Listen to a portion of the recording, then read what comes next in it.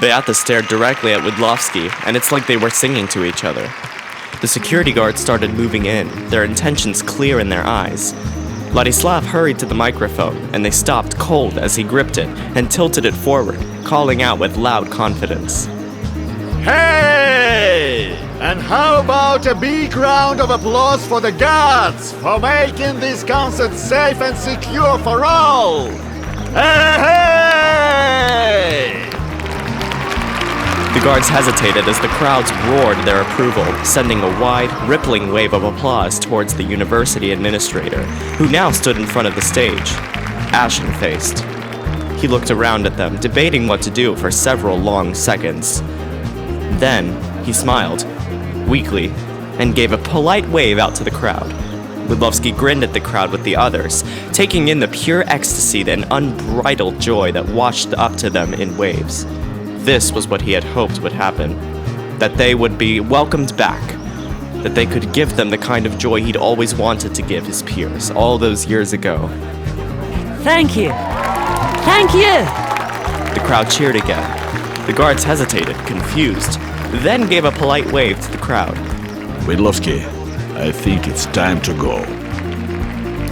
They bowed and scraped their way past the confused security guards, and the university official, who now basked in the glory of a decision he had no hand in making. They glided down the stage, laughing and crying joyfully, and stepped out from the building into the throng of people cheering for them.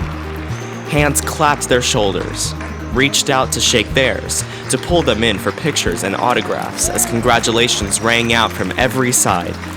It was intoxicating and enthralling as they were led through the crowd, where they found Julia, Margaret, and Clara hurrying over to them.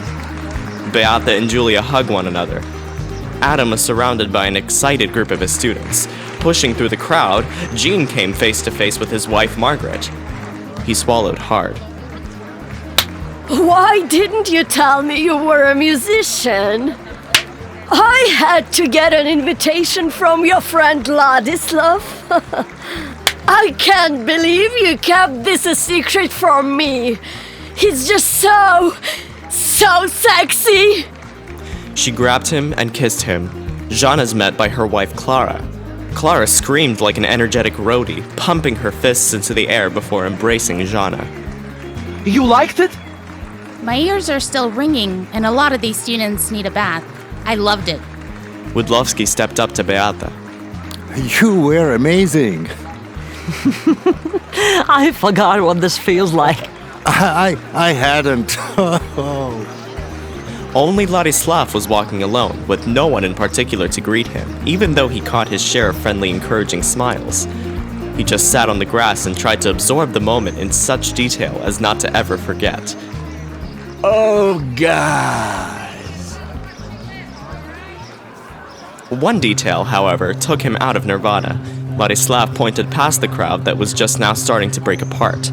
Widlowski turned to follow his gesture and stopped abruptly as Haritonov climbed out of a sleek black car. Widlowski, I think your welcome has been officially overstayed. Come on. He took Widlowski's hand and pulled him back, but Widlowski was not leaving Beata, not this time. He tugged his hand away from Ladislav. Beata, Your Majesty. Beata noticed Haritonov approaching across the quad. You gotta go. I'm not going away without you. Beata shook her head. She took a deep breath and moved to walk around Widlowski to Haritonov, to stop him from reaching Widlowski at all. But it was an acquiescence that Widlowski was no longer willing to stand by and simply accept. He broke away from the group and trailed after her, prompting Haritonov to simply head straight for Widlowski.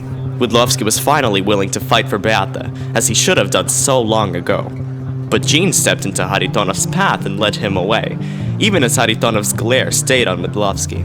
As the pair began to argue, Widlowski sped up and placed his hand over Beata's. You know that I can't. They won't let me leave. And even if they did, my whole life is here. You sound like a jailbird, sentenced for life. I just thought... I did too. For a minute. But it's not that simple. He looked at her for a moment, then turned and stared at Haritonov. Clenching his fists and starting to wave his arms, he ran up to Haritonov, but his friends held him not to get into a fight. Hey, Haritonov, you double-faced ass! You stole my love, my daughter, my whole life! Damn! You stole Beata's love, her daughter, her life! She gave it to me. I have no doubt you manipulated her, caught her in time of need, which you yourself created. You KZB snitch. She loves me. Ah, she loves you. Yeah? Did she ever sing for you?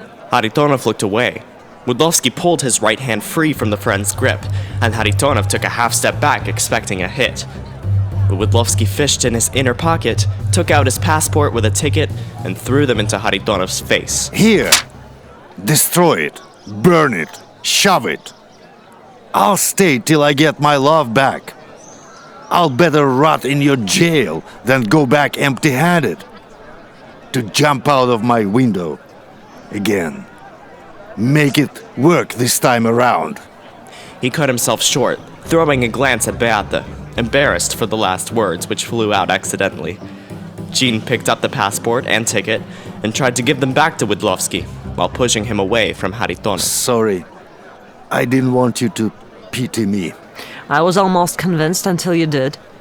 As we say in Zagoria, the word is not a bird. Can't catch it once it flies out. From one manipulator to another? I'm not a manipulator. I'm an artistic director. Same difference. You should go back for now. I'm not going to give up. Well, then don't fly out of windows. Fly out of airports. Just maybe don't wait years to come back. I was thinking maybe a couple of months.